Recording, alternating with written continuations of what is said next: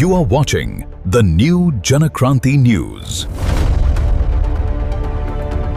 मोहोळ तालुक्यातील अंकोली येथील स्वाती धनंजय पुजारी या करमाळ्यातील नातेवाईकांच्या लग्नासाठी आल्या होत्या.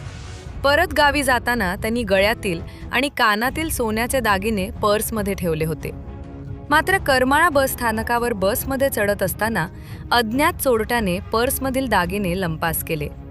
या चोरीत राणीहार, मोठे गंठण, सोकर आणि कानातील झुबे असा सुमारे 10,05,000 रुपयांचा सोन्याचा ऐवज चोरीला गेला होता.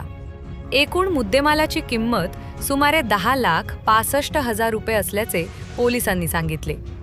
स्वाती पुजारी यांच्या फिर्यादीवरून करमाळा पोलिसांनी गुन्हा दाखल करत तांत्रिक विश्लेषण आणि सीसीटीव्ही फुटेजच्या आधारे तपास सुरू केला.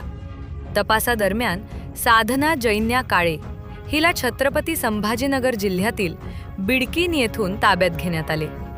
तिच्याकडून चोरीचे 6 तोळे 7 ग्रॅम वजनाचे सोन्याचे दागिने जप्त करण्यात आले. या प्रकरणात रावसाहेब उर्फ पप्पू पांडुरंग चव्हाण यालाही अटक करण्यात आली आहे. वरिष्ठ पोलीस निरीक्षक रणजित माने यांच्या मार्गदर्शनाखाली हवालदार अभिजित मोहोळकर पुढील तपास करत आहेत.